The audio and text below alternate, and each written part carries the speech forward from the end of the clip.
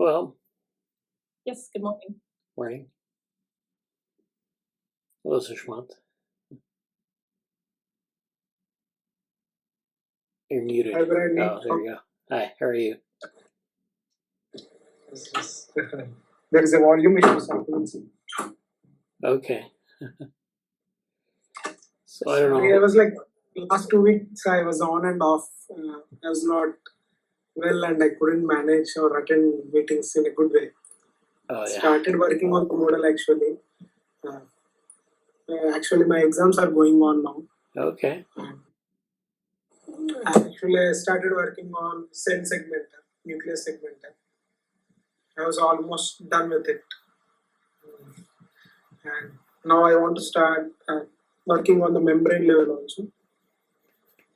Some bugs are flowing out through that code which I have wrote. I was solving those bugs and trying to solve them. And for you, like explaining better visualization methods, I'm adding using Plotly. I talked with Minak last week. He gave some insights about using libraries of Python for mainly DevoWorm and plotting libraries. So I start like this week. There are exams going on right now for me. Yeah. Yeah. I will try to work. If I couldn't manage, I will mostly start working on from the next week. Is that okay? Oh, yeah. Yeah, it's fine. We discussed First, this. I will give it a try. Yeah, I will give it a try to manage both of them. If it doesn't work out or I couldn't manage both of them, I will first complete these exams and I will start from working from next week. Oh, that's... Even Orthogonal Research Lab, RV, Raj Gopalan is there, right? Yeah, He's from my college. He's also having exams. Okay, he told like he will completely week off, first concentrate on the exams and they will. I was thinking to manage both of them. Let's see. I will hope for the best. If I could manage, I will work and I will complete it. Oh yeah, that's no problem. Yeah. So that sounds good. So you're getting everything set up. So this is actually, we're heading into the coding period. We had the community period the last 3 weeks. So yeah. And I don't know where, I know that Himanshu has been working on things, but he's also been very busy. He had exams, and then he also had some other things going on. So, hello. I would just say exams are important, and you should just do the exams, get them over with, and then you can just concentrate on something else. Mostly that works in US, I think, but in India, our situation I will explain. We will take books around like a day before when exam starts. We completely don't know anything about. Right now, I'm studying in electronics and communication engineering department. This thing is with me. I couldn't see at all those things. I mostly concentrate on machine learning, other open source works. I just open a day before an exam and I start reading. That's what happens with me. If I have studied like from last sem, I could manage these exams, but I didn't study. That's the main issue going on. Even every student from India does the same thing. They don't study for a whole sem. They'll just open the books at the end of the sem and they'll start studying. That's what happens. Yeah. I hope you can read fast. Yeah, I don't know if that's better. Yeah, I've always had trouble with exams, and basically, like about 2 days before I start to study my notes and look things up, and then I write the exam, and then I maybe forget half of it. But anyways, yeah. Well, Sushmanth, if you go 1 year, on here, if you do it 1 year in advance, you can then do what we used to call passing out. In other words, you take the exam before you take the course, and then you don't even have to take the course. We don't have that choice actually. If I could have that, I would have done that only. No, we had it when I was an undergrad. But in India, there is a thing called you need to have a 75% attendance or 85% attendance, whether you go through the courses or not. That's what the issue is. Some are boring. Well, They also call it challenging. Oh, yeah. You challenge the instructor to show them you already know what they're trying to teach you. I think I did it a couple of times. Works. well, it depends. I've had students do that too. when I So was it's teaching. possible at UM? No, this is Red River College, and they said they'd been homeschooled and that they just wanted to write the exams. I said, here they are. There's your midterm. There's your final. Good luck. And usually they passed them. They passed them, huh? Oh yeah, yeah. Oh, They knew what they were doing. Okay. Yeah. Okay. Also much cheaper than tuition. No, they still had to pay tuition for the Oh, entire it's over course. pay, huh? Oh. Oh yeah, but it was like Red River College is like $30 for an entire course. Oh boy. Yeah, they Yeah, right. especially for the high school courses I was teaching. They that's all they charged. Yeah. So Boy. So it looks like Jiahang is here. Amanda is someone from the other group that I work with, and she's here because we're gonna talk about a paper that is, well, we'll get to it. So welcome, Amanda, and hello, Jiahang. All right, so I have a couple things today. I know that Sushmanth is busy with his exams, but it looks like he's moving along. And I have done a little work. yeah. Could I share my screen and could I show it? Oh yeah, go ahead.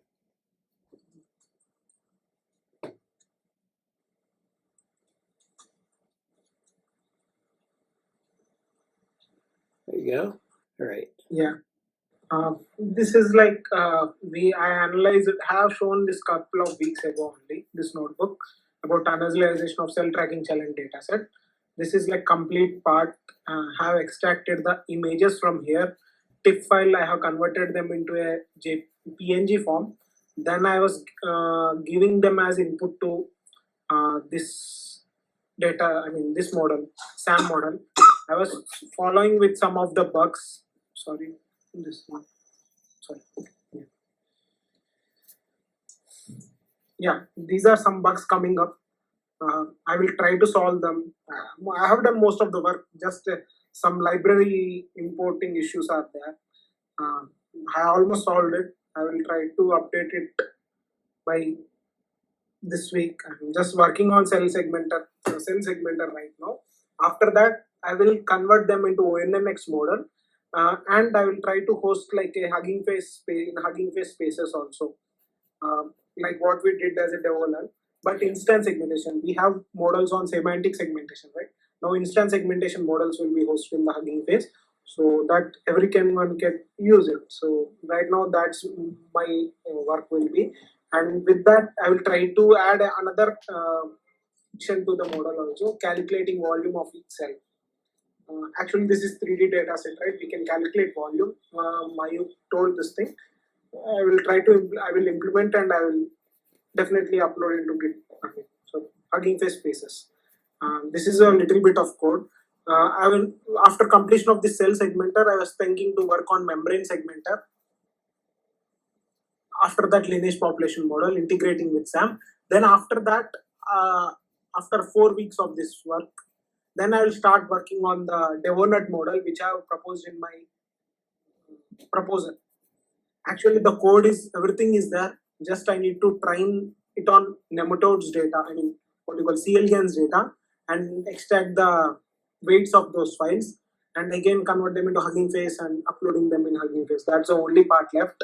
With that, we can extract the volume, mean volume, some area of the each cell, and we can view it in a 3D structure. I was trying to use Plotly and implement it. hopefully I will complete this work. That's what my update is. And Bradley, I will share this GitHub link with you. If you want check or something like that, just give it a look. My updates will be here. I will start writing blog also. I thought of start writing it, but due to other works I couldn't write the blog. But by this week I will write the blog. Every update will be there. And next few weeks plan in what week what I will do, because I thought of making only DevoNet model in my proposal. But after talking with Mayuk, he told me to integrate SAM, segment anything model. So I will rearrange my schedule and I will share it with you in the blog itself. You could read and keep an eye on it. And this is the GitHub link actually, where I was keeping all my code and keeping here in my GitHub. Sorry, in the here. Whenever you need it, please check it. Okay, yeah, thank you. But blog will be hosted by this weekend. I will write the blog and I will give you an update. Okay, that sounds great. Yeah. So, thank you. Yes, actually, is what I was gonna actually mention is that we have. I want to be able to have like pushes to some sort of GitHub where we know where things are. So it looks like you have that taken care of. And may end up forking it to DevoWorm, just to have it there. So we might do that. I will push it there, but final code, when this pipeline, test files, all these need to be updated. When these are completed, then I will push them into Development repo, because pushing some code, it could create a mess. Yeah, so yeah. I'll complete the whole code and then I will upload to Development. All right. Yeah, okay, that's you good. could create in DevoWorm also. I will keep those pushes there also. But this will be my personal repo. Yeah. Every update you can check it, and if you need anything, I was thinking like complete the code and then push to DevoWorm and Development. But obviously it is okay. I will start. Okay, yeah. Well, as long as we have some sort of system that works for you and that doesn't like introduce too many headaches. So yeah, and looks like you're usually making commits on a regular basis, so we can review them weekly. And yeah, it's not a problem. But Okay. I thought I'd mention it. I will just create a repo in GSOC 2023 that I will directly keep a PR every week. That would be. Yeah, no problem. Yeah, and I don't know Himanshu if he's going to have. I might create a repo for him on DevoWorm, or we might just work on his own repo. But we'll set that up after the meeting. Thank you for the update. Yeah, it looks great, and I'm looking forward to seeing it like in C elegans. Okay. I will implement. I was thinking to create a better visualizations, because till now we couldn't visualize it properly. We are able to see it in a 2D file, but implementing in a 3D wise and seeing it then would be really good. I will show. Maybe I will work and I will show it too. Yeah. Anyways. So, what kind of visualization are you thinking of, like a movie or like something? Not kind of a movie, but a 3D plane. Wait a minute. Hope I am sharing my screen. I am not sharing my screen.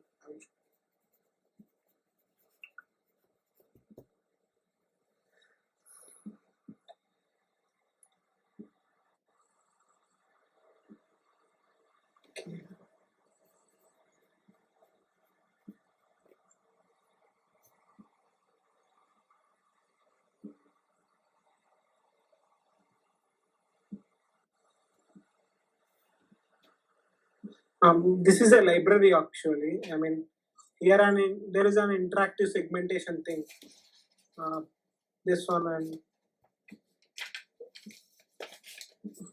I saw 2 days back 3D molecule was here, this one.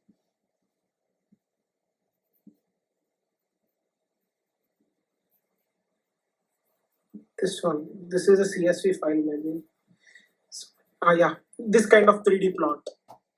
See, this is just some kind of molecule, but imagine some C elegans spreading through this 3D file. One can rotate and see it where it is located. when you keep some position, what will be the volume of that cell, and a video, all kind of. I was thinking to build this kind of thing, a 3D visualization kind of thing, so everyone could see in a 3D model, rotate it, seen upside down, and get the centroids of each cell manually rather than extracting. Yeah, yeah. And then it would be like there'd be a time series component too. Yeah, time series. Yeah, So, exactly. Yeah. Sushmanth, if you could rotate that continuously, it would appear to be three-dimensional. It will become like a 4-dimension, not 3-dimension. Well, okay, four-dimensional. Okay. But the problem is we don't have the data. That's the main problem. Till now we have this 3D data. That's not sufficient to make a 4D kind of thing. I will try to implement. I haven't gone really through this 4D dimension. I was thinking to say it, but I couldn't got time. I will first implement 3D and I will go on to the 4th dimension. Okay, can I make a suggestion? Yeah. 4 dimensions. Yeah. Connect the cells according to their lineage tree and include the lineage tree in the three-dimensional image, which becomes 4 dimensions as it grows. Okay. Understandable? Yeah. Okay. Now you're supposed to be able to give that to AI and write the program for you. Then you can laugh at AI. Yeah. I will try. I will see. Once I need to go through lineage analysis. Actually, I was trying to read the papers. I was like a bit confused with the thing. Yes. Also, how come we don't have a universal debugger? You should be able to put his program into AI and say, "Find my bugs and fix them." yeah. No, it doesn't work. It doesn't do that. It's still people tell like we can write the own code, but no, it can't write. I was thinking every day, it couldn't write the own code or solve the bugs, and it couldn't write not well enough. Well, we'll keep you as long as you're not a cyborg. I still want to get a little idea on cell lineage analysis. I was reading those papers, trying to get that nomenclature thing of naming each cell. I will try because to understand this lineage analysis data, we need to have a good grasp on this, how these cells divide and naming convention. So before going to the data of it, I was reading these papers. First, this is my whole plan will be cell segmenter, membrane segmenter, then cell lineage analysis. Till that time, I will read.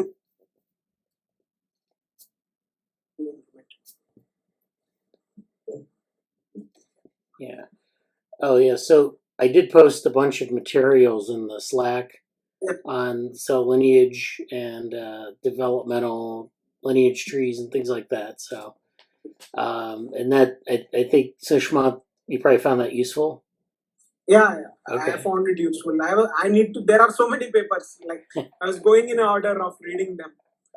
It's completely new to me, understanding this biology kind of thing. So I will try to implement as soon as possible. Yeah. So I tried to get a nice set of references in there, and we've done a lot of work with that in the past. So last week's meeting at the end, I kind of summarized it, and then I have those links in the Slack, so everyone should be able to, get a handle. I know that Himanshu will probably find that useful as well. So it's in there. We have that those resources available. We also have other types of 3D visualizations that have been done in the past on like that sort of thing, and actually 4-dimensional visualizations to some extent, but it's not been on like freshly segmented data. It's we're working from things like the Epic data set and things like that. So like basically people have tried to do these kind of visualizations where they like kind of track cells. I had one person who was tracking cells. They have a 3-dimensional space, which is the embryo, and then time would be like these tracks that would come out, and because the data comes out that the cell centroid is moving around a bit, and sometimes it migrates and then it divides, so you have like two things that come out of a single centroid, and so you have to track all of that. And so there are different ways you can do that. But so yeah, don't.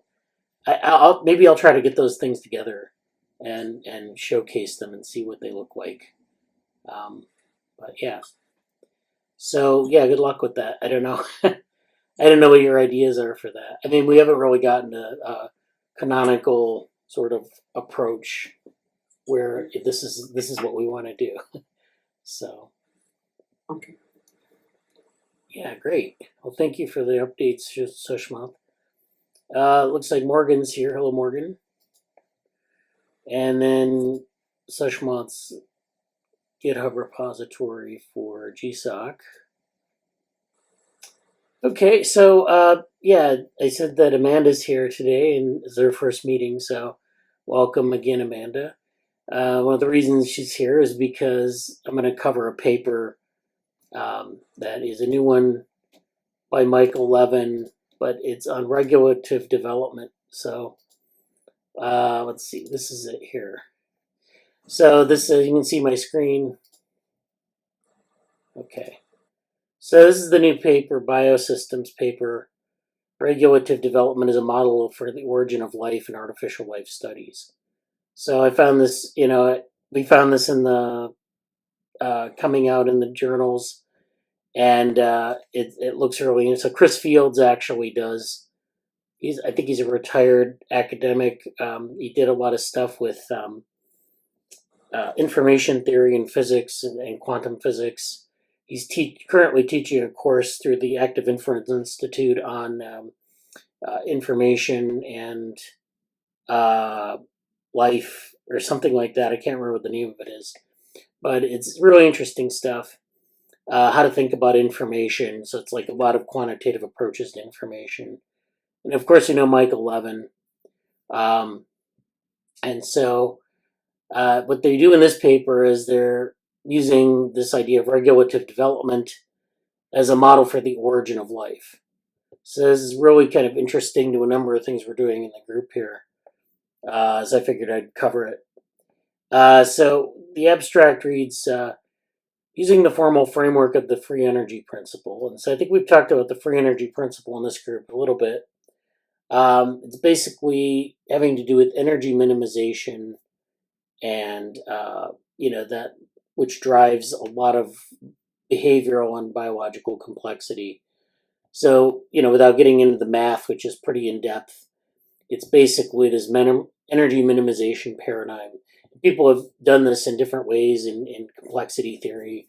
People have done it with like dissipative systems and all sorts of other approaches. But this is where, this has been unified as an approach to some of these problems. And so that's where they're coming from on this. So they're using the free energy principle. They show how generic thermodynamic requirements on bidirectional information exchange between a system and its environment can generate complexity. So this is where you have this interaction between the system and its environment. There's this bidirectional information exchange. So information from the environment to the developing system, and then the system to the environment. And so that's how you generate complexity. This leads to the emergence of hierarchical computational architectures in systems that operate sufficiently far from thermal equilibrium. So one of the things about the free energy principle is it allows you not only to think about energy minimization, but it allows you to think about things that are far from equilibrium. And so, that's another theme again from complexity theory, where you have these edge of chaos behaviors or these far from equilibrium behaviors. If you think of a system like a typical entropic system, a closed system, that's usually an equilibrium system. So you usually can find the equilibrium solution for that system, and it's always pretty much going to describe it. Now, an open system like life, which doesn't, has an open system, there's energy coming in from the environment, there's entropy, but there's also a lot of energy coming in. A lot of those systems operate in what they call a far from equilibrium regime, which means that you have these multiple stable states, and you have things that move from state to state, and sometimes they collapse into disorder. And so this is, of course, what we see in life all the time. We see this in cells. We see this in other, organisms. And so that's why we're interested in this type of approach, not just because of energy minimization, but because of the open systems aspect, where you have this energy fluctuation. In this setting, the environment of any system increases its ability to predict system behavior by engineering the system. So this is the role of the environment, is to do this engineering. Or I guess a better way to put this is that it sort of supervises the development or evolution of the system. So you have this engineering. Maybe the environment is setting, a pathway forward for the system, or it's, filtering information or something like that. But it's doing this engineering. I'm not a fan of a lot of these anthropomorphic terms that they're using here, but whatever. I don't know if you can do a better job of describing it. Bradley, Yeah. we had a problem with this. Okay. That is how it's an old idea. The environment influences development. Yeah. And yes, if you cook an egg, it will hard boil. Great. Okay. However, our axolotls grow very nicely, even in distilled water, in a constant temperature. So you're wondering, what on earth information could the environment be providing? Yeah. Well, I don't know what kind of examples they're giving here, but Yeah, my conclusion was not. yeah. Well, yeah, it depends on what you're talking about. If you're talking about This is just a how shall I say, a formalization of a myth. Yeah. Yeah, so it really depends on the sort of the context. There are going to be some things that are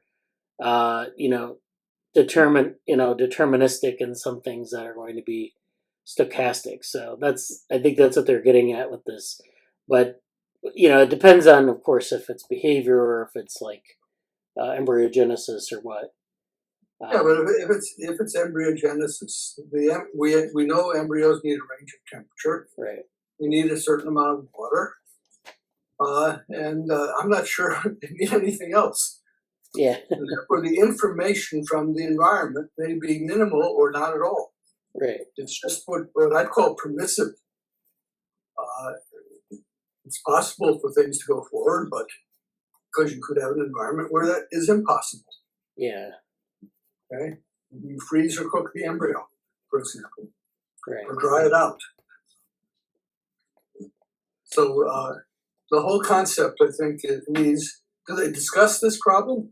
Well, I don't know. They don't get into it. I don't know what they get into in the paper. But And so they just put it in a microgravity environment, and it won't work as well. Yeah, that's true, because some components are sensitive to gravity. But again, it's the environment is permissive, but I don't see that it provides any information. Yeah. Oh, well, yeah, it's Okay, so the whole premise of the environment paper. forces. It's not. I don't know.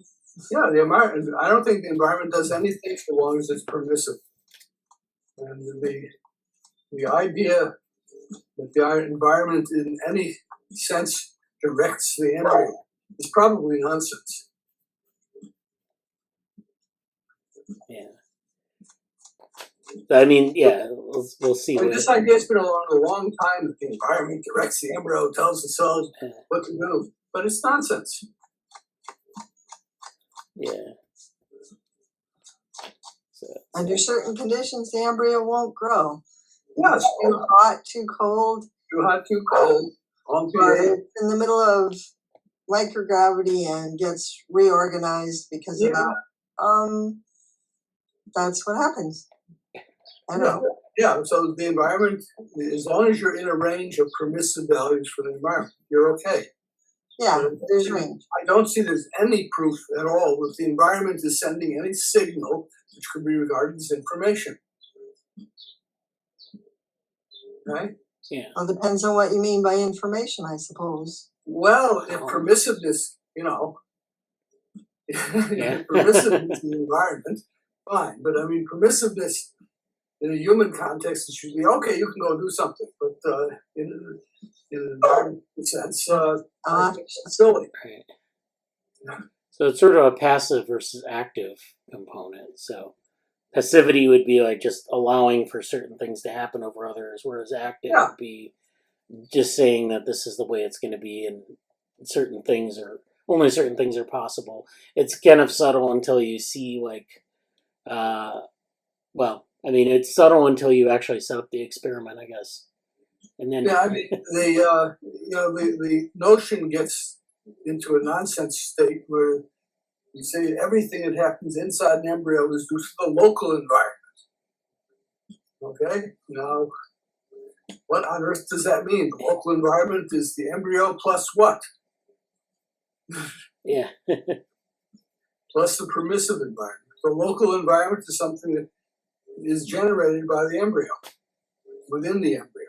Yeah. And in that sense, it's not environment.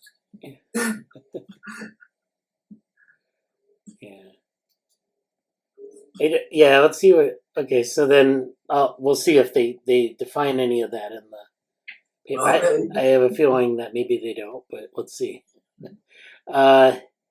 When seen in this light, regulative development becomes an environmentally driven process in which the parts are assembled to produce a system with predictable behavior.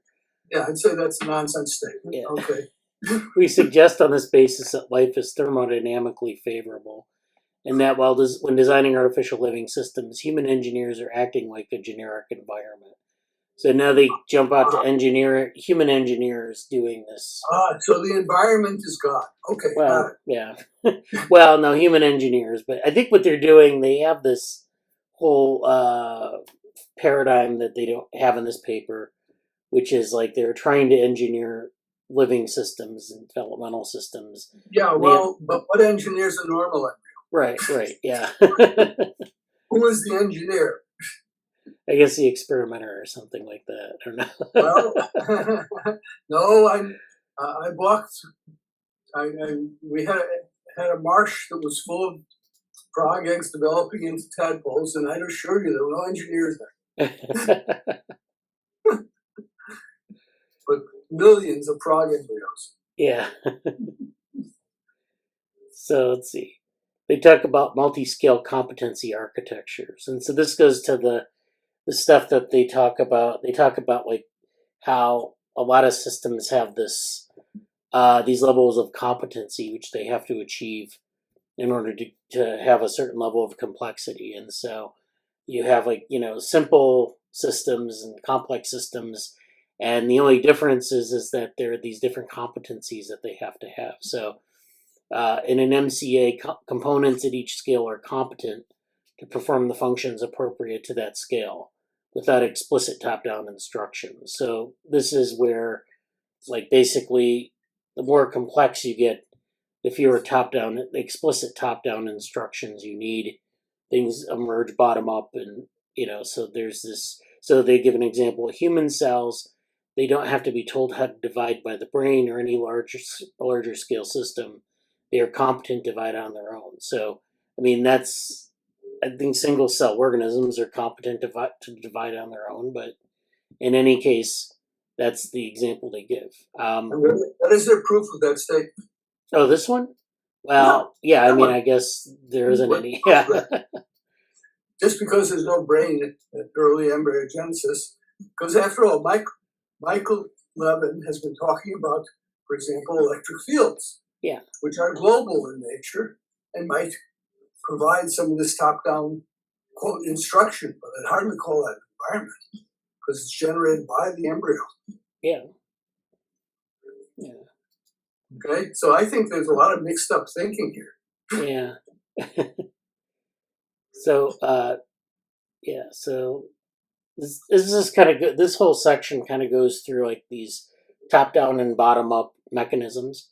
So the way they think about top-down is top-down instructions versus bottom-up sort of self-organization. So this is something, again, that, there's a lot of work in the complexity literature on, bottom-up self-organization. So cells will interact through maybe simple rules, and they'll form some pattern. And then the top-down instructions basically tell that pattern. But again, that language is a little bit fuzzy in terms of what the top-down instructions are doing. The differentiation waves try to make that explicit. Yeah. Okay, because a wave is a product of whole tissue, and yet it can affect what individual cells do.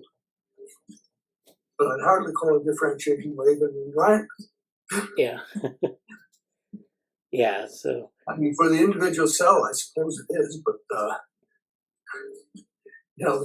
it's constructed by the embryo and then has consequences in a top-down fashion. Right. But to magically call this microenvironment, I think is misleading. Yeah. Yeah. So that's kind of the approach they're using. They're talking about these competencies. They're talking about self-organization and these top-down signals versus bottom-up sort of self-organization and things like that. So they kind of go through this, the introduction here, and then they start talking about the free energy principle, which is this least action principle or energy minimization principle. And there's a lot of jargon associated with the free energy principle. So it's kind of hard to like go into it in like 5 minutes. So I probably won't do that. Do they discuss metastable states? I'm not sure if I don't see the word metastable. That would conflict with the idea that everything's going to minimum free energy. Yeah. Yeah, I'm not sure the free energy principle. I think they may deal with I don't know the theory well enough to answer that question because, but yeah, it's yeah. And so I'm saying, even in the context of this argument, there are problems. All right. So, in particular, we will see that treating ab initio self-organization is an analog of regulative development. So ab initio means from first principles.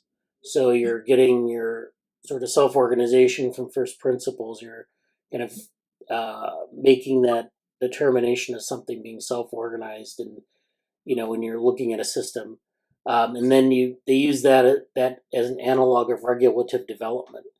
And so this challenges two deeply entrenched ideas. First, it questions the near universal assumption that any ab initio model must result in a self-replicating system.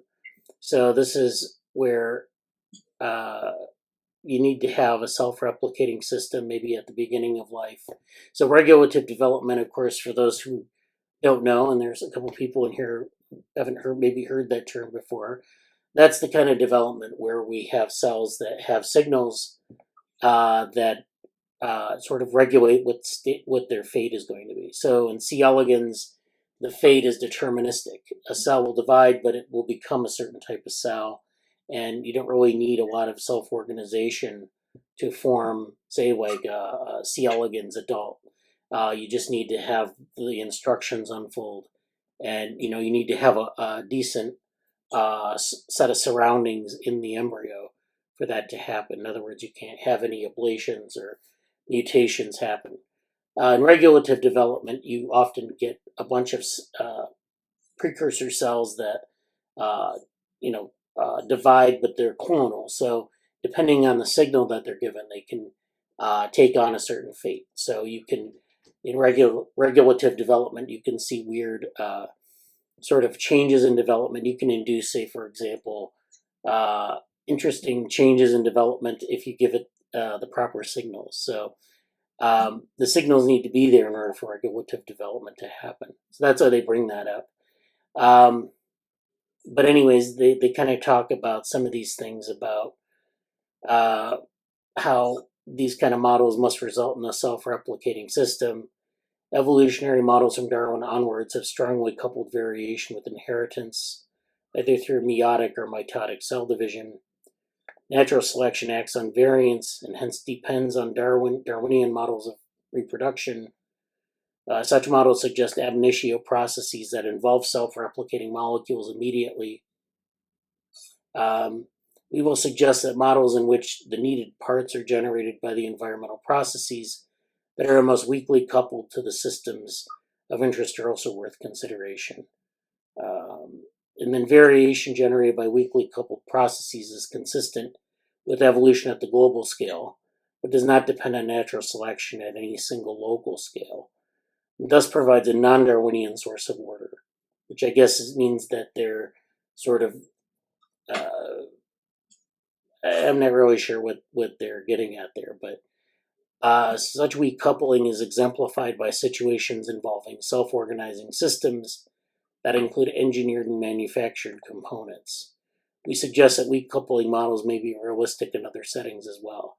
So I think what they're getting at here is that there's this, you can use a developmental system.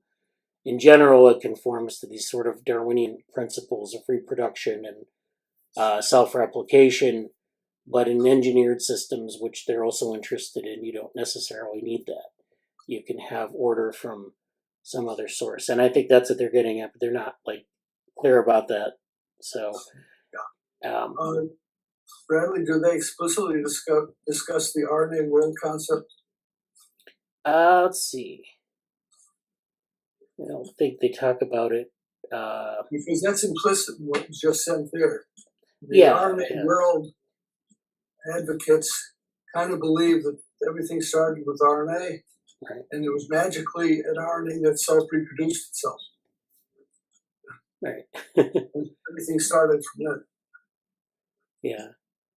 So yeah, it's I don't know if they talk. I don't think they talk about RNA world.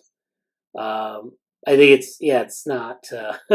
They're not pointing to specific things in the origin of life. It's just kind of we want to show that something can start from nothing. Basically, I think is what. Yeah, that's why I said this paper looks like formalizing mythology. Yeah.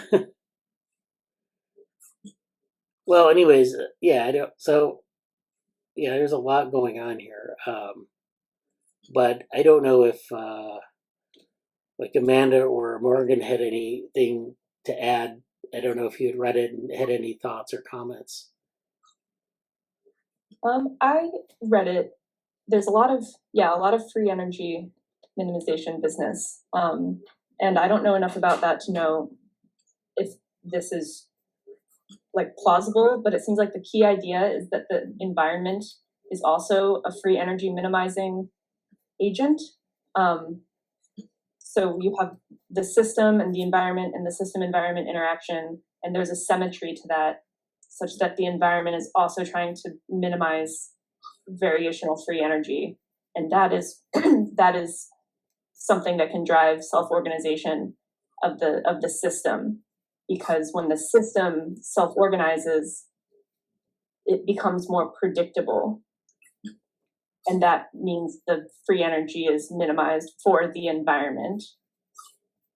And I don't know what the mechanisms of that could be. I don't know if they talk about that, and I didn't process it.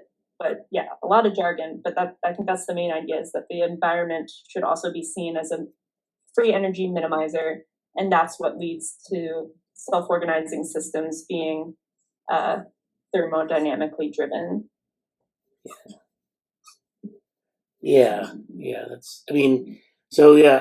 A while back in the meetings, I did a whole series of things on environment, what that means, and it's pretty broad. So it could be anything really. I guess it could be sensory signals in the environment, or it could be a chemical environment or a physical environment, which we talk about often. And so all those things have it's hard to get a sense of what they're talking about without getting a specific system involved, which is part of the problem too. It's when you do a theoretical investigation, you say, well, I'm going to make a statement about, and especially in complexity theory, you say, we're going to talk about the self-organizing potential of X. And so then, you have this general model of, top down and bottom up and all this. And then you have to map those to specific things in the system.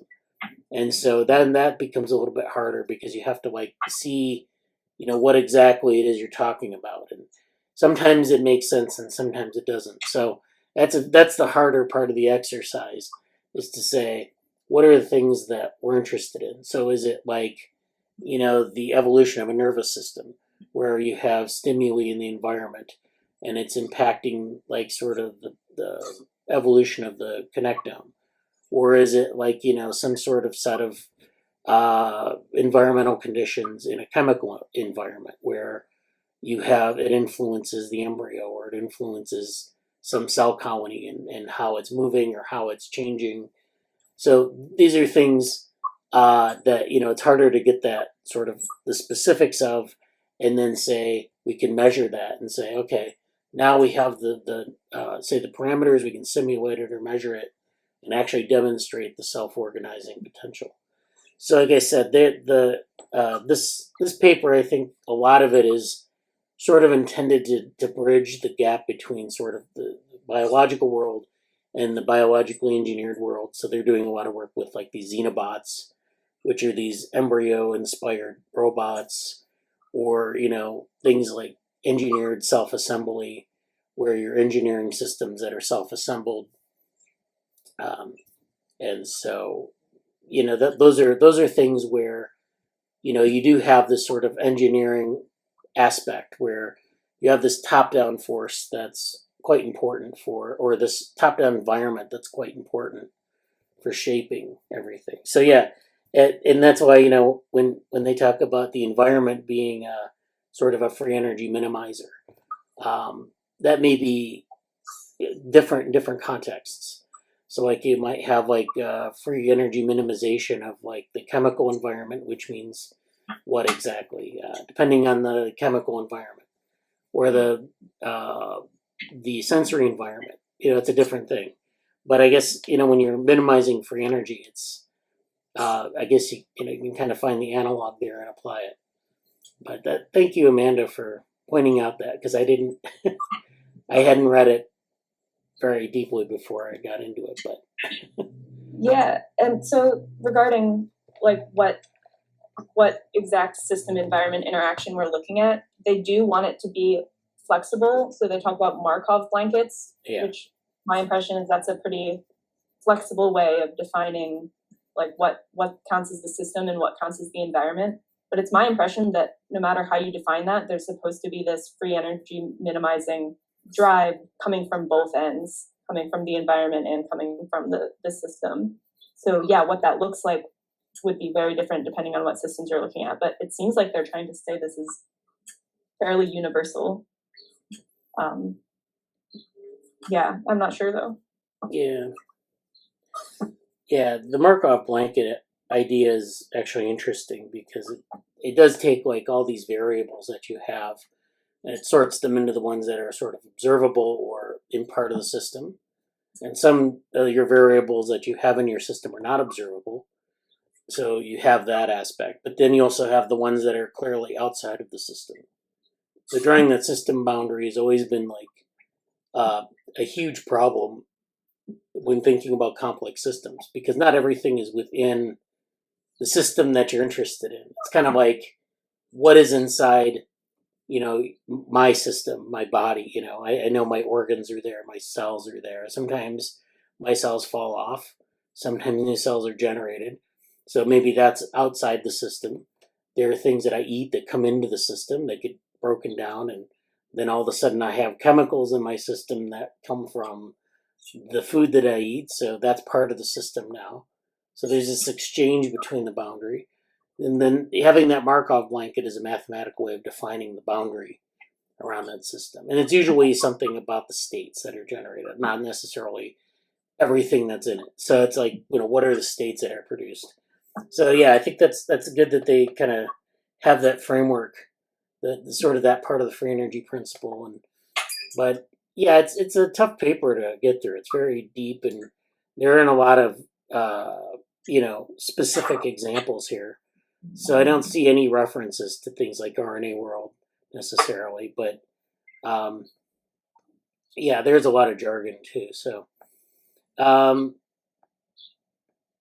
anything else you want to say about this paper? Or I don't know about Morgan, if you wanted to say something. Just in general, life is out of equilibrium. It's not in equilibrium ever. It's Right. If it's in equilibrium, it died. Yeah. So yeah.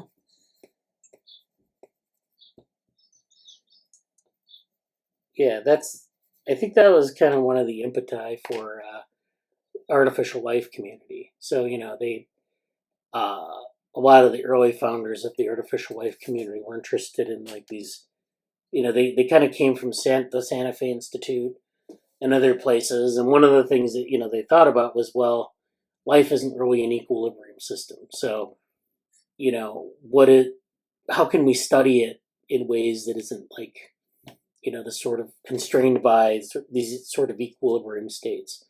So, a lot of physiology was interested historically in that sort of equilibrium state or like a homeostatic state. You have a state of like blood pressure or of temperature, maybe if you're a homeotherm, and there's a single value for that, or, that your system, the whole point of the physics of it was not to measure the fluctuations, but to measure the mean state. So that was the most important thing. And then they said, well, we have to come up with a method for looking at these out of equilibrium behaviors, which are interesting, but it's hard to measure. And then, of course, when complexity theory came along, it brought a whole set of tools to do that, to look at the measurements and things like that. So, yeah, that's, and then, of course, now we have the free energy principle, which gives us more tools. I don't know I don't know how much more it adds to what we're trying to do. But,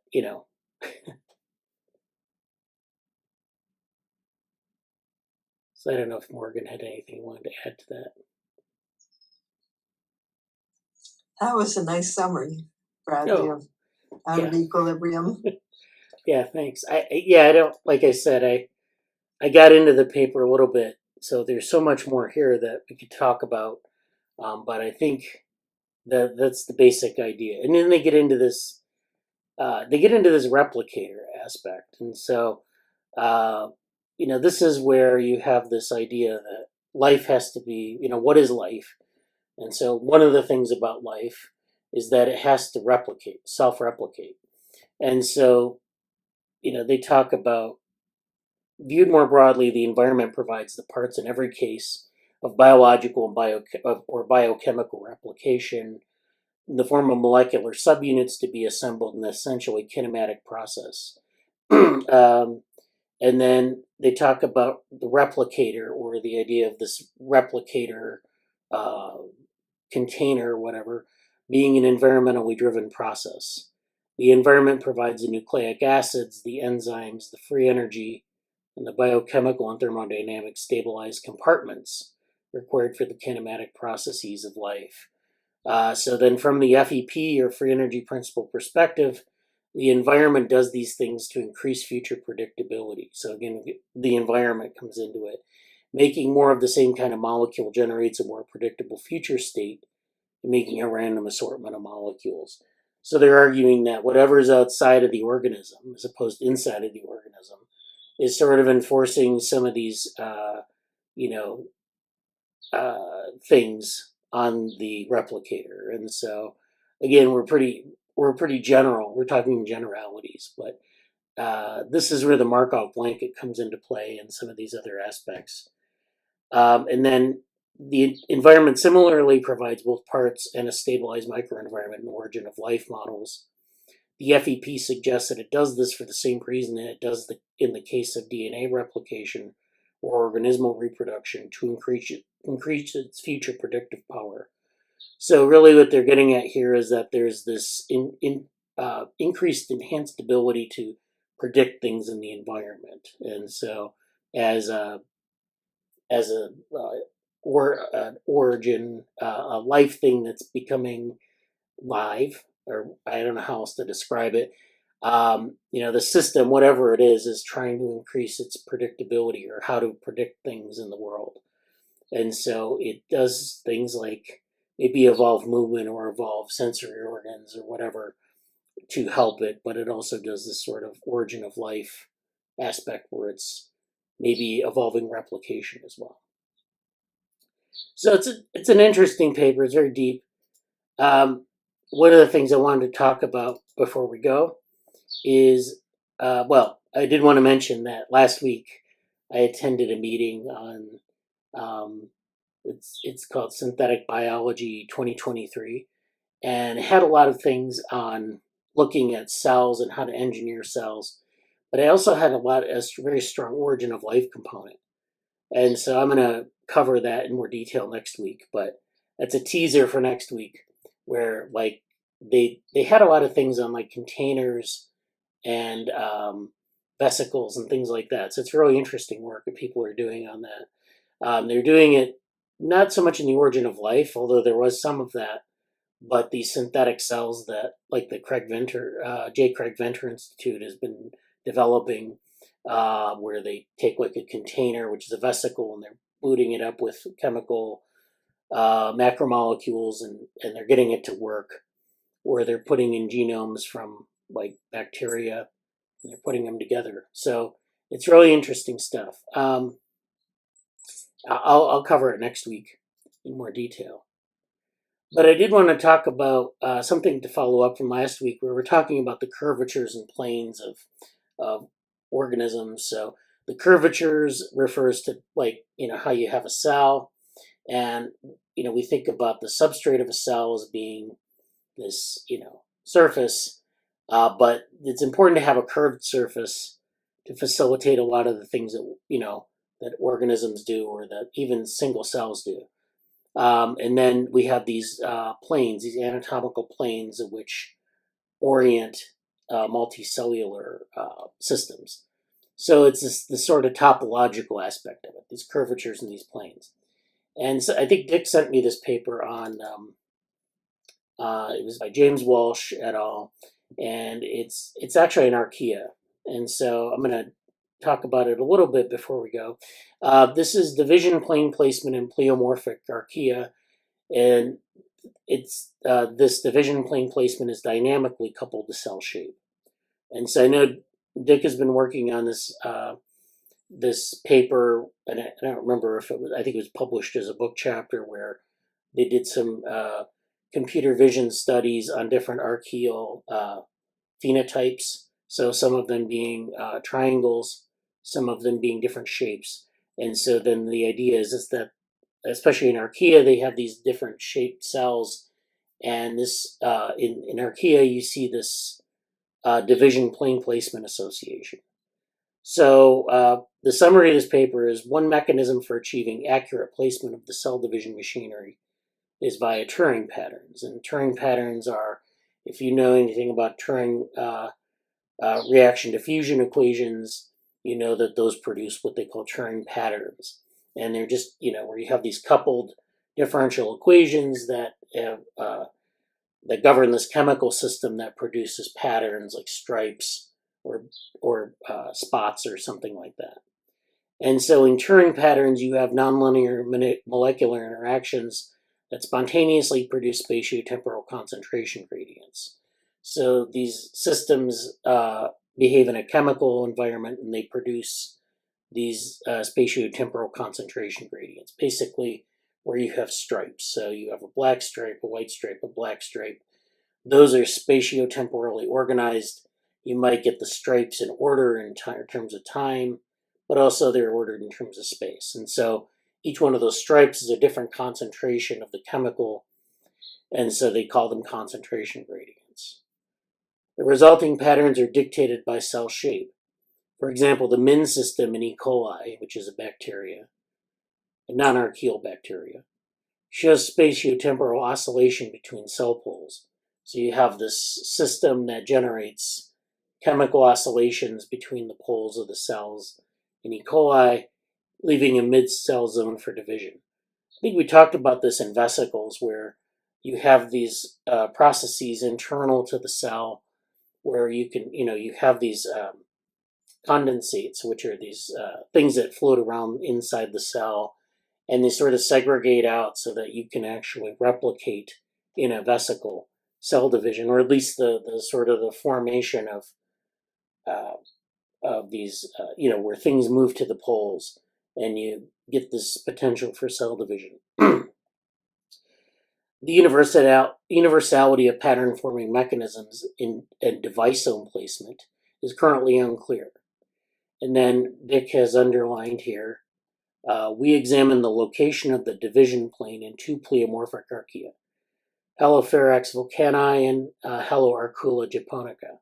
So these are two archaea species that have this division plane, and show that it correlates with the predictions of the Turing patterning. Time-lapse analysis of H. vulcani shows that divisome locations after successive rounds of division are dynamically determined by daughter cell shape. So that means the cell shape of the new cell that's going to be born. From H. vulcani, we show that the location of DNA does not influence division plane location, ruling out nucleoid occlusion. Triangular cells provide a stringent test for Turing patterning, where there is a bifurcation and division plane orientation. So this is where you get this bifurcation. We'll see pictures of that. For the two archaea examined, most triangular cells divide as predicted by a Turing mechanism. However, in some cases, multiple division planes are observed, resulting in cells dividing into three viable progeny. So this is the triangular cell. They divide into three progeny because you have three poles, basically. Our results suggest that the division site placement is consistent with a Turing patterning system in these archaea. So what am I talking about with this? So yeah, they mentioned FITZ, which is this tubulin protein family that forms a contractile ring that affects cytokinesis. This is the thing we talked about in a previous meeting, the FITZ system in a vesicle, and it forms this ring that is sort of the precursor of cellular division.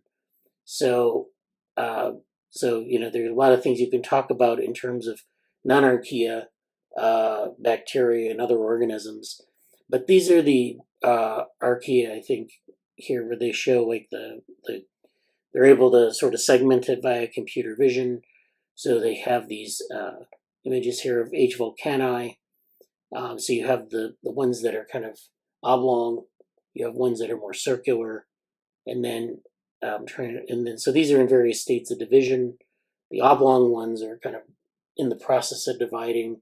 You have some that kind of look like a potato, where you have the two poles for division, and then you have the ones that are more rounded. And so you see this ring here in the middle. It's this division ring that kind of forms. This is the central part that they're talking about, where the cell is going to divide. And then they've kind of defined this through their so let me put some detail to this. So B here is the corresponding FITZ-Z1 GFP fluorescent image. So this shows the future division plane. So this green is the FITZ-Z, and this is where the division plane is going to be. This image has been overlaid with the cell outlines calculated using phase contrast imaging. So they're using this to help segment the cell. C is theoretically calculated predictions from the division plane in each cell. These are given by the nodal line of the lowest harmonic of the cell outlines. So this is a little bit of image processing, I think. And then, so they just want to be able to calculate theoretically the division plane from these data up here. So it's a little bit, it's a straighter line. So they're inferring it from the GFP here. So that's why it looks a little bit straighter. And then you can, a false cover overlay, which is in D, that just shows like the combination of B and C, where you show the prediction with the experimental observation. The intersection of the two creates white. So this is where you have the GFP and this pink line and then the white in between. And so that's the overlap. So it just shows this band. And then you have some of the triangular, well, this is a cell that's sort of oblong here. You see some graphs where they show kind of the Z-ring width and the counts. So this is a histogram showing this distribution. This is a 3D model showing the, let's see, B is surface plots for a typical cell isolated from figure 1 are shown below. So this is a surface plot of the cells in figure 1 that shows the division plane with respect to the rest of the cell. This just kind of shows it in 3D. And then this is where you see some of these triangular cells where you have the division plane here, and you can see that it's kind of defined. So this is experimental cell division orientation in triangular H. volcani cells, an array showing the division plane orientations in the cells of the set Z1 knockout and that have formed triangular shape. So they have to knock out a gene to get this triangular shape, but in doing so, they don't necessarily knock out the mechanism for division. So you get these division planes, but these are different shaped cells. The left-hand number of each panel is the aspect ratio of the cell outline. So it just kind of talks about the aspect ratios, of course, the width to the height. So you have different sort of, topological realizations of the triangle. And then you have this division plane cutting across it. So let's see. The leftmost image is the phase contrast micrograph, which is this one, like right here, the black and white or the black and gray one. The middle image is the experimental Fitz-Z fluorescence distribution, which is the one here in the middle, which shows this. You can see it's kind of blurry. That's the distribution of the Fitz-Z, which is basically the GFP, but it's in black and gray. And then the rightmost image is the predicted division plane. So this is that prediction. So it's a cleaner line. So the cells have been ordered by the cross correlation between the predicted and observed division. So this is our distribution of these in triangular cells. You see these division planes that have different orientations depending on sort of the shape parameters of the cell and the distribution of Fitz-Z. So this is this kind of goes through over time. 160, 180, 350 minutes. So you can see through these different phases of division where you have that division plane, then it divides, then you have another division plane, which then divides. And so they show this time lapse microscopy. You also see with the triangular cell, the same thing, 0 minutes, 10 minutes, 400 minutes. So you can see that in the 400-minute one, it's dividing into, I guess, 3 cells. It's going to divide into 3 cells, with each point of the triangle being a sort of a pole of the cell. And so you get 3 cells that pull apart. You have multiple division, where the division plane actually splits up here, I think. And you get these multiple parts that divide. So you have a division plane here and a division plane here, for example. And at 410 minutes, you end up with 3 cells that are all daughter cells. So now I'd like to talk about a few things related to the Alicea paper on cell division before we move on. So in past meetings, we've talked about this basic model where you have some sort of vesicle or cell, and you have this ring, maybe it's an actin ring, and it's associated with this factor Fitz-Z, which is a protein that gets expressed. And together, these two things sort of form something that contracts and expands and pushes parts of the vesicle or cell outward towards the poles, and then that sets up cell division. And so you see this in the Alicea cells, which are the triangular cells. You see it in round cells, which are animal cells, and maybe even plant cells. In the Alicea cell, we see that there's this genetic knockout that forms this triangular phenotype. And then you have this, not a ring, but like these zones of Fitz-Z expression, which then divided into 3 parts, which then pull apart like this. So 2 comments on this. One is that this seems to be pretty conserved. If you see this in and which means that it has a deep common ancestry between archaea and between animals. And so that means that there's a pretty deep conservation of this. They also mentioned E. coli in the paper, so it's it's all bacteria and animals. So that means that this evolved pretty early on, and we've talked about the evolution of embryos before, and this seems to be maybe a hallmark in that evolution of embryos. So that's one point. The other point is that I found that the patterns here interesting, that it finds sort of the median of the inside of these cell bodies. So if you have a vesicle that's round, you find the sort of the midline, which isn't necessarily defined very strongly by anything else. It's just right along the midline. But the best part is that in these triangular cells, you have this sort of median finding function of this. And I don't know, I've not read enough about this literature to know whether this is some sort of like signaling mechanism, whether it's regulative or whether it's, it just is programmed to do that. My hunch is that it sort of finds maybe the median or follows some sort of median gradient. And I don't know, I've not read enough about that literature to know how well understood that is. But my guess is that it's doing that. And, this is all interesting for a whole host of reasons. But one of them, of course, is that sometimes cell division doesn't happen along the median. So in those cases, sometimes you get different parts, like we get polar bodies.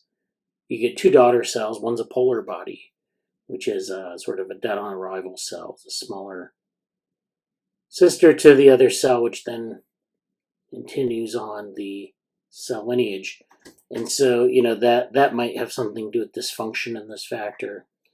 But also the pattern formation in the Turing reaction diffusion models that we talked about earlier in the meeting. How do those play a role in this? So things to think about. Thank you.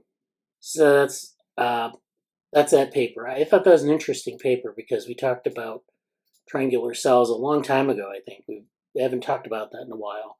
But also this idea that you can have this sort of,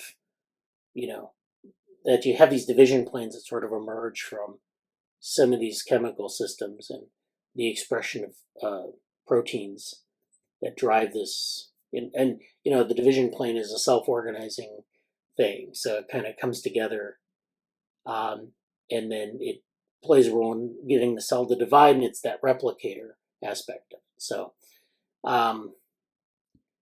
so that's all about that paper. I thought that was really interesting. So is there anything we wanted to talk about before we go today?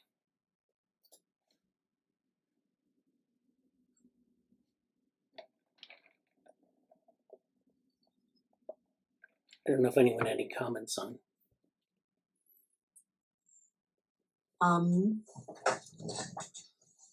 My research is just carrying on, and right now it's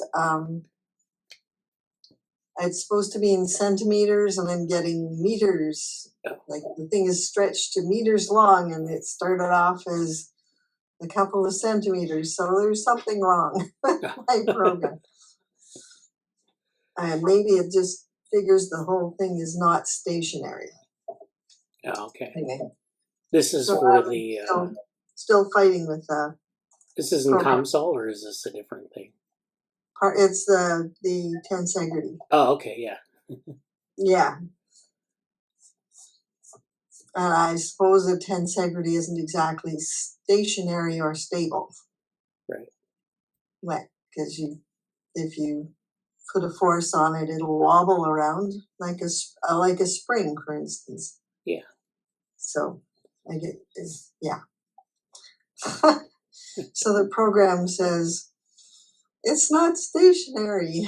I think that's what it's saying. I'm not sure. Well, it's far from equilibrium, let's just say. Yeah. Yeah. All right. Well, that's great. Well, thank you again, Amanda, for joining us today. And hopefully you found the paper overview useful. We can come back to it later. But... Yeah, for sure. I'm glad I joined. Yeah.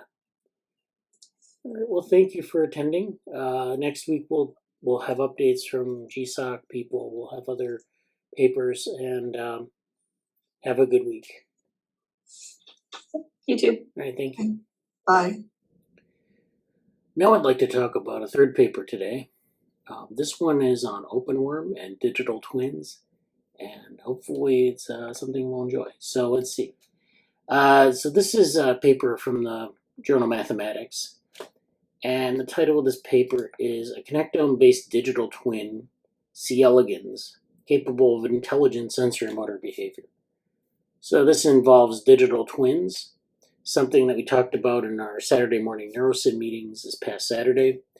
And digital twins, we talked about it in the context of virtual reality, but it's a more broad engineering term that just means you're making a model that's almost identical to the thing in the physical world. So you're using sensors, you're using other types of data about the object to make the most sort of faithful representation you can. And so in this case, they're interested in C. elegans and intelligent sensory motor behavior. And the reason I mention OpenWorm is because that's one of the goals of the OpenWorm Foundation. And, in making these sort of very realistic models. And so I prepared a couple of slides for another talk, but this kind of gives you an overview of what this looks like. So this is an issue in model realism. So, if you want to build, say, for example, the most realistic model of a frog, you can do that using some sort of set of materials and paint, and you can make the outside look very lifelike. Of course, the inside isn't lifelike or, accurate, but you can build a model that's real on the outside. You can also build a model of a plane where you have the inside mimicked as well as the outside. You include every detail, and you build up models for people to use to explore. And so, this is, I guess, would be considered to be maybe moving towards a digital twin of a plane. Now, digital twins in the engineering sense also has this issue of, taking in sensor data and mimicking the behaviors of the real thing. So the model actually behaves like the real thing. And so this frog obviously doesn't do that. This plane may do that if you were to build a simulation and have, maybe sensors in a real plane, or you might simulate the behaviors of a real plane with a physics engine and with some, a set of parameters that allow you to fly, tilt and move, change direction, change altitude and things like that. So this is an example from C. elegans. So this is where you have, and I was selling this special issue at the time, but you can see that there's the muscle walls and the nerves and everything, and you can see the simulation. So the idea would be that the muscles and nerves are there. You can model those things in virtual space, and then you can simulate the function or the behavior as well as the structure. And so those things should allow you to simulate and make predictions. And so this is an example here from that Royal Society meeting. It's a Turing test, which is maybe misnamed, but it's basically a test to see whether you can take a microscopy image of a worm and a simulation of a worm, and you can tell their behavior apart. So that's the idea here. And so that should be like this idea of model realism. Now, not all models need to be realistic, but that's the idea behind a digital twin. And then this is, putting this on a continuum where you have this sort of spherical worm in a vacuum, which is where, you just have this idea, maybe like a drawing of a worm or something, and it doesn't have any sort of connection to the real world. And then there's this hyperrealism, which is maximizes the degree of predictability with the biological accuracy or realism of a model. And so the problem with these models maybe is that sometimes they lack adaptability or robustness or evolvability. So you can make a very, very realistic model, but you don't necessarily replicate a lot of the adaptable aspects or some of the, mechanisms for robustness and evolvability that actual organisms have. So, they can't replicate, and then you may introduce mutations in the replication in the real world in the new generations that come after you make those replications.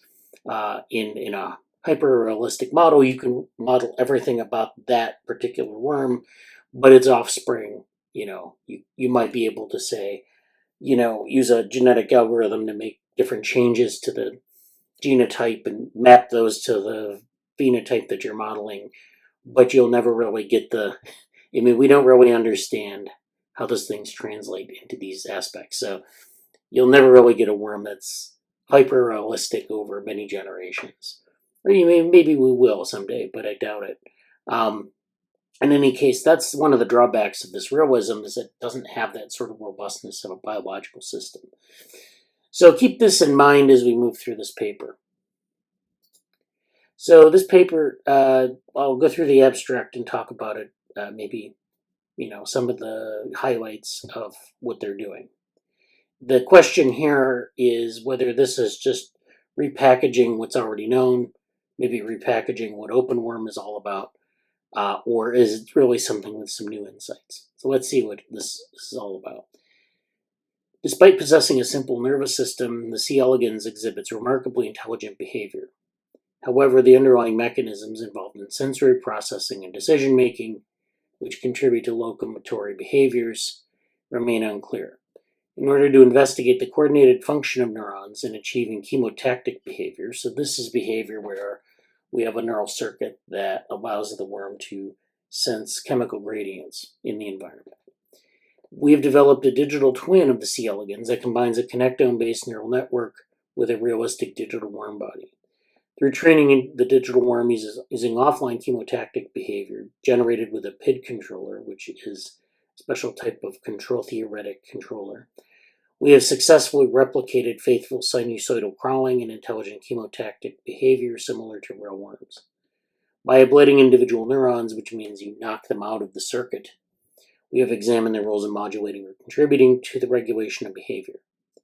Our findings highlight the critical involvement of 119 neurons in sinusoidal crawling, including B-type, A-type, D-type, and PDB motor neurons, as well as AVB and AVA neurons.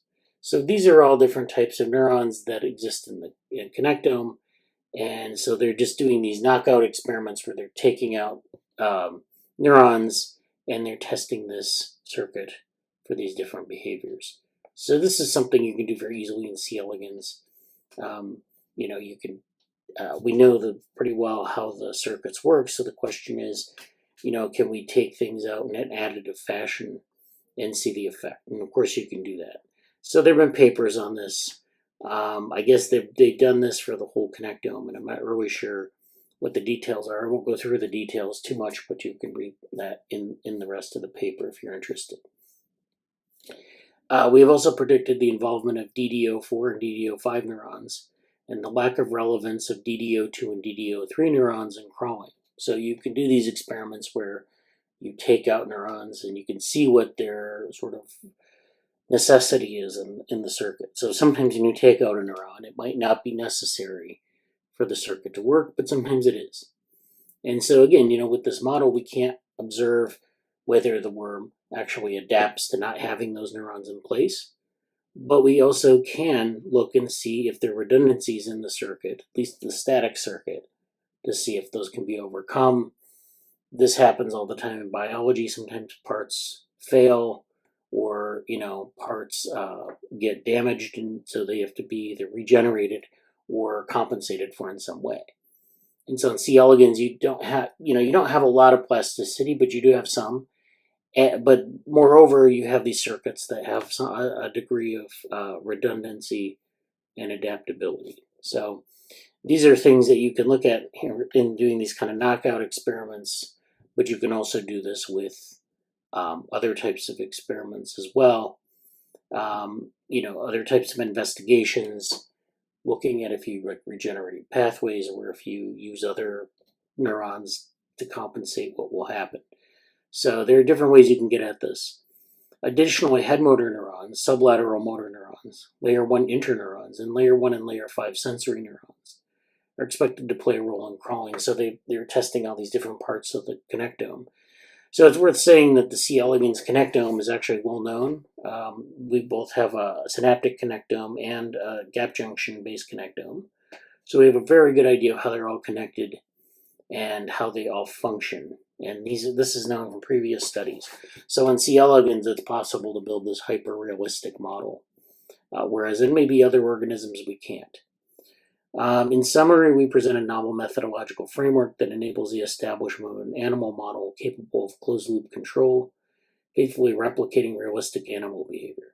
This framework holds potential for examining the neural mechanisms of behaviors in other species. So they talk about a lot of detail here about the experiments. They talk about a lot of the different behaviors you can test for in C. elegans. So there are a lot of things that this very small connectome does. So it's 302 neurons, of course, and it can do a lot of different. It can model a lot of different behaviors.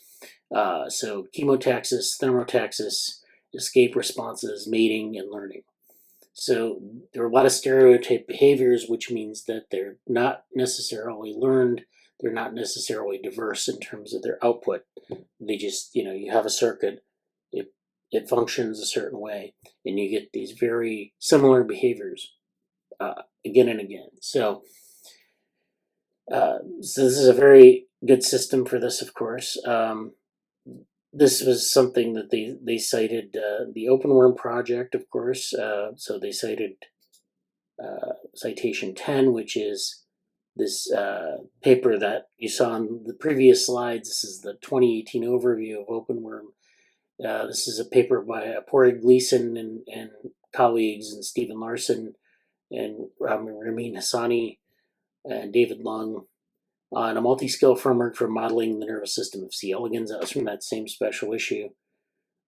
Then there are these other studies where people looked at the locomotion patterns of a connectome that looks like C. elegans connectome. So they were able to verify these patterns as being stereotyped. There are these stereotyped forward motions and backwards motions, and there are circuits that do these very specific behaviors. So you can actually know how to activate that circuit and then produce that behavior. There are also other papers on the model of motor control for C. elegans, gait modulation in C. elegans, and you can even do things like search-based reinforcement learning. This is something that Ramin Hassani, has been involved with the OpenWorm Foundation, has also done. So these are all some very interesting follow-up on some very interesting studies. And they kind of go through here. They talk about the digital C. elegans body. They developed a digital model through Mujoko, which is illustrated in Figure 1. I guess this is their own modeling system. The digital model, digital worm, closely resembles the shape and muscle arrangement of a real worm.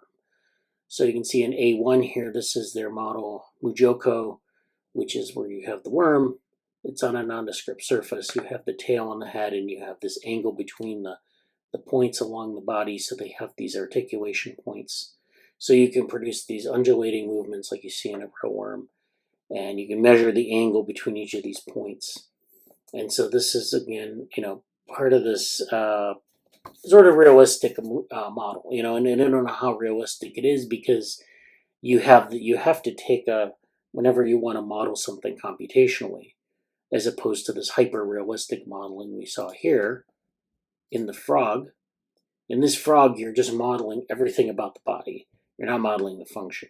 But if you were to model the function, you have to do this in a way that mimics the biology, and so you want to reduce that to its critical components, at least to get the function right. And then you can add on after that and add all of the detail later. But basically, you could take this frog, say, for example, and break it down into a biomechanical model, which would just have the joints and some of the articulation points relative to movement.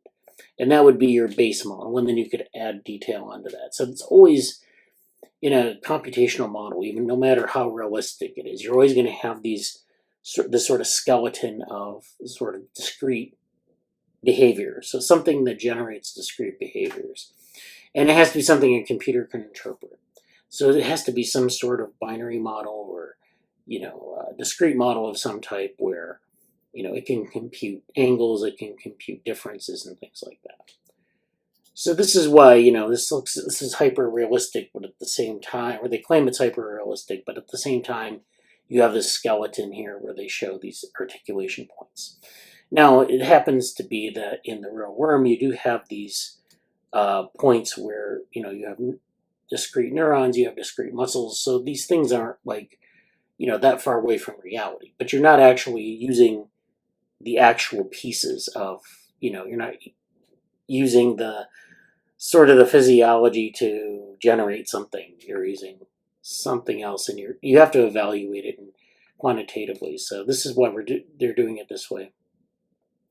The digital C. elegans is actuated by 95 body wall muscles. So they have body wall muscles then around the skeleton, arranged in 4 quadrants. So the dorsal left, dorsal right, ventral left, ventral. Each joint is actuated by 4 corresponding muscles, 1 in each quadrant, except for that last joint with only 3 muscles. So along these different points, they have muscles, and that's how they're actuating the thing. So again, you have these muscles that are very similar to C. elegans, but they're not exactly the same. And you have to have this computational skeleton underneath.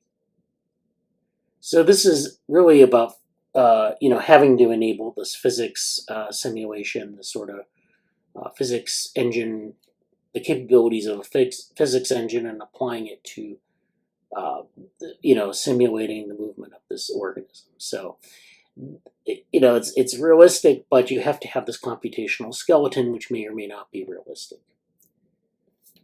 So, you can replicate a number of different stereotype movements using this kind of method. So in reality or in practice, it's basically the same thing as a real organism. Now, this may or may not work in something like a mammal, where like a mouse or a human, where you have complex and nuanced movements. There's a lot of fine motor control, for example, especially in humans. But in C. elegans, it works. So then they have these virtual chemotaxis. So they model a radial gradient. They're using sodium chloride as the stimulus, and there's a gradient around that stimulus. And the C. elegans has to go and find the source of the stimulus. So if we look at the C. elegans stimulus, or like a chemotaxis, so there's a source here in the environment, and we'll give it a chemical symbol here. And then there's this gradient, this radial gradient, which means that things decay as it moves out from the central source. So we're in some medium like soil or water, or I don't know what sometimes it matters what the medium is. The rate of diffusion through that medium of the substance. So that's an important aspect. I don't know if they model that realistically or not. But basically, if you have, like, say, a neutral substrate where this diffuses uniformly, you'll see that there's the source, and then the source can decay. So there's these concentric circles that mark sort of the level of the substance. So this is like the maximal amount of substance at the source. This is like the substance with some decay. This is with further decay. This is even further. And then as you get far enough out, it just becomes sort of, it blends into the background. So it's basically like asymptotic to 0. So, if you were to look at a distribution of this, your source is here and it goes down and asymptotes out to the 0. So this is the concentration. Let's say maximum 0, and this is distance. So there's the spatial decay over distance. Now here's a worm that is coming into this gradient, and it's looking for sodium chloride. So naturally it has sensory organs here at the head, and it wants to find this chemical. And so it follows this gradient. It knows, kind of senses that there's something out here. It starts exploring different directions, or it starts sensing in different directions, and it finds that there's a gradient here. So it starts to follow the gradient, and then it follows it to its source. And it might use these stereotypic movements to find its way to the source, maybe the shortest distance. Now to do that, to make these exploratory movements, it needs to get a signal here in the sensory neurons, and it needs to send it back into the circuit where it will generate a movement down to the muscles, that will then make one of these stereotypical movements. It might need to back up, it might need to go forward through the gradient.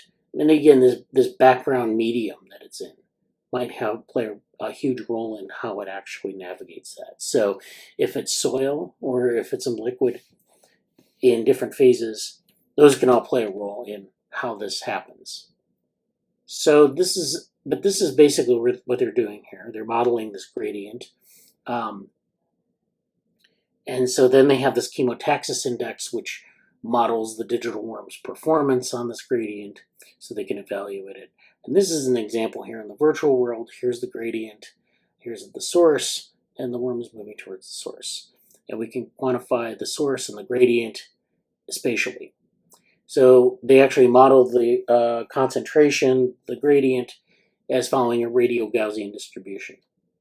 So this is an example of the C. elegans connectome from head to tail. So they've modeled this out. This is all well known. We know all the neurons, all the connections to muscles. So these are not like a mystery. The mystery, well, there's really not necessarily much mystery in C. elegans because we know a lot of these things and we know how they work to some extent. There's a lot of plasticity in post-hatch C. elegans, and I think that's where the opportunity is to do a lot of these kind of studies in defined mutants, and also in these post-embryonic plastic phenotypes, these polyphenisms like Dower's stage, or there are other types of developmental arrest stages which might be interesting. So, and polyphenism just means that it has an alternative developmental phenotype. So, they model their nodes. They're using all nodes in the model are assumed to be homologous, meaning that there's a right and a left-hand side. There's a single compartment membrane equation, so they're using compartmental modeling for the biophysics. They're using this to model the neurons, so these are basically leakage and some of these other chemical aspects of neurons, so they're able to model that. Then they use ordinary differential equations to adopt an explicit form using the Euler method. So they actually derive some of these results. They consider chemical connections and electrical connections. So they actually use gap junctions, which is I sub I gap, I sub I syn being the synaptic connections or the chemical connections, and the gap junctions being the electrical connections. And so they kind of, it's basically a similar equation, just needs to be like a little bit different in its form. And so then they weight all of these connections based on the circuit that they're looking at. And that gives them enough to do this kind of a model where you have this circuit that is getting an input, a sensory input. The neurons are working, the physiological aspects of the neurons. The connections are weighted, so you don't just have the synaptic connections, but also the electrical connections. And then you can actually do that kind of a model. It's worth noting that in something like a neural network, we really are only concerned with something approximating a synapse. So it's not even like, we don't even define it as a chemical connection or an electrical connection, nor do we do any of this sort of compartment modeling. It's just kind of like a weight. And so the weight is based on some learning aspect of the environment. But you can break those kind of weights, those nondescript weights, down very deeply into these different physiological aspects. So then they give proprioceptive feedback, which of course is important when you're following a gradient. Like I said, it can be in different types of media, so you get this feedback from the environment on the body of the worm. So they have this example of the structure of proprioceptive feedback connections. You get this these different effects over different joints. So each joint experiences its physical environment a little bit differently, and then it sends that information back to the circuit. As I said, if you're in a liquid versus on a gel versus a solid like soil, a colloid, they're going to be all different effects on proprioception. So they model this as a closed loop system. they're using a PID controller, which is a type of controller that you find in control theory. And so this is an example of the PID controller where they use feedback. So they have the three components: the proportional component, the integral component, and the derivative component. So they calculate different aspects of the signal, and they sum them downstream, and then there's feedback, and that determines how each of these things contribute to the movement of the worm at different time steps. So then they have some results here where they have the actual crawling and they simulate it, and they show the concentration over time, the gradient versus the normal gradient, and then the responses of the neurons in the circuit. And they also show different density plots of the tracks that the virtual C. elegans make over 100 trials, so they don't always follow the same path, but they follow this sort of, you can map out this density plot and show how they're behaving, how they're following the gradient, and so forth. Okay, so then, you have these different behavioral mechanisms here, and, we know, for example, a lot of these details, but it's nice to see these kind of studies where people actually try to implement this as a digital model. Now, I think their term digital twin is a bit hyped, because the term digital twin has been very hyped, especially in the last couple of years, where, anything is a digital twin, and people want to use that term because it's the state of the art and leads to all sorts of exciting things. But this, at its heart, looks like it's just like an average simulation. We're doing biological simulation, and how accurate can we get it? But of course, that accuracy is tempered by our ignorance of a lot of biology. It's nice to see that they're using these physiological models instead of just saying that they're connections, and that we can simulate a connectome just kind of generically. So, so I don't know how much they've verified it with behavioral data. It's probably necessary to calibrate these models with a lot of behavioral data, especially in mutants and in other types of cases where you have a lot of post-hatch or post-embryonic plasticity. So we don't necessarily have that kind of validation here. But, there are oversimplifications in these models. So, for example, they point out that their bias angle does lack biological realism. So there are things that you need to do to refine the model to make it hyperrealistic. Now, it's worth saying as a final word, this hyperrealistic model isn't necessarily always what you want. Sometimes you want to sacrifice predictability in the service of realism. So for this frog, we want a hyper-realistic body, but we don't necessarily care about the behavior. We just want it to look like a frog. As opposed to something where you want really high degrees of predictability, but less biological accuracy or realism. And that might be like a model where you really model some aspect of the function, and it may or may not match to the connectome. It may be a simple model where it may be a very simple physical model that you use to model a behavior, like a movement behavior. There are a lot of biomechanical models, for example, that use very simple dashpot models, like where they have a dashpot. If I draw this out, a dashpot and spring model they often use, and so that looks something like this, where you have a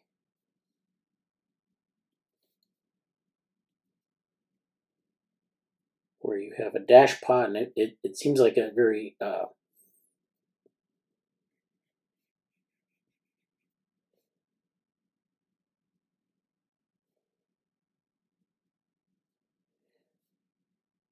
so it's a very archaic term, at least in terms of what a dashpot is, because most people don't really know what they are. But it's something like this, and you'll have a dashpot, which is this thing that goes into a contained space, and they usually use these for joints. You might have a spring at this point, and a spring here, And this dashpot allows these two parts to articulate. There might be some lubricant in here. This is a mechanical device. And so, they use these, I think, a lot in automobiles and in other machines where you have this mass that goes into this chamber and there's lubricant in here and it pushes back and forth. And so it's generating force coming out, and these springs will give, so there's some compliance to these rods here, and then you have this movement. So they often use this for muscle and the contraction and expansion of muscle. And so, you can use a model like this, and it doesn't necessarily look like the muscle at all, or the mechanisms involved. If you look at the muscle under a microscope, you don't see this. But this is the model that's used because it models the function very effectively. And so that's all I'll say about that paper. If you want to look it up, I gave you the reference. Thank you, and I hope you learned something.